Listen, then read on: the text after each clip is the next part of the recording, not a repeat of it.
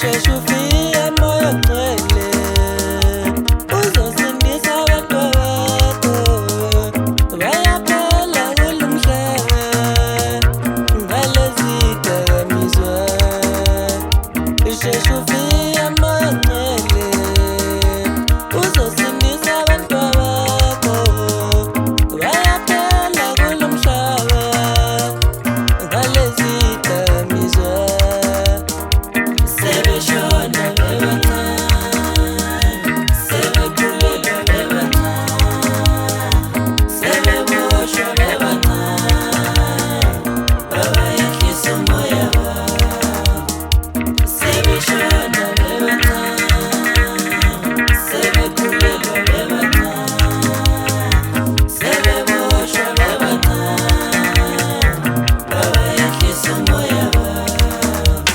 Kini lonke abantu abasha ngiyalinxusa abantu abashayekelana izidakamizwa ziyayibulala impilo yenu.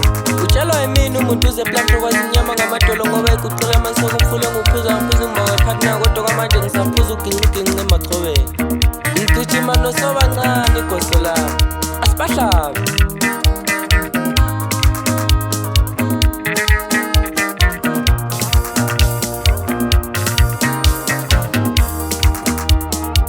Kambe makufa abantu abasha leli lizwe lizoba yini kodwa hlanganani ma-Afrika siyaphela isizwe simnyama.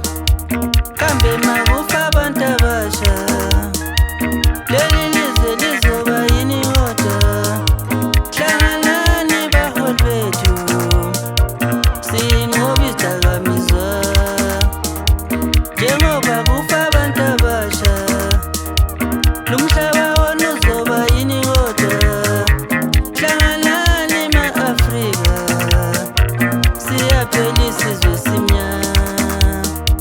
Njengoba kuphela abantu abasha leli lizwe lizoba yini kodwa hlanganani ma-Afrika sinqobe izidakamizwa. Khuluma nazo amadoda sebancane umnikazane izinto abacabanga ukuthi ngezebo phezulu eplamthokozi imnyama ngamadolo ngoba egoqela amasokazi ngingufokazana kwazane ey'mbili madoda awuhleli phansi komthunzi siyathetha lesi singapha lingaziphazamise webafana sinolaka ngigijima nalo ijongo silami u-aphiwe maningi bathi ngu-aphiwe kodwa mina ngithi phephezelise endebe endodeni kungenamoya namanje isaphephezela.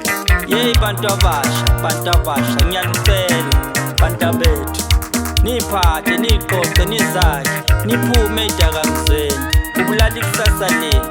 Abanye bashiya iy'kole abanye bahlala etaradeni kuzwisa ubuhlungu bangusisi. Phumani kulento nani baholi bamazwe ngamazwe ake nihlangane niqede lento.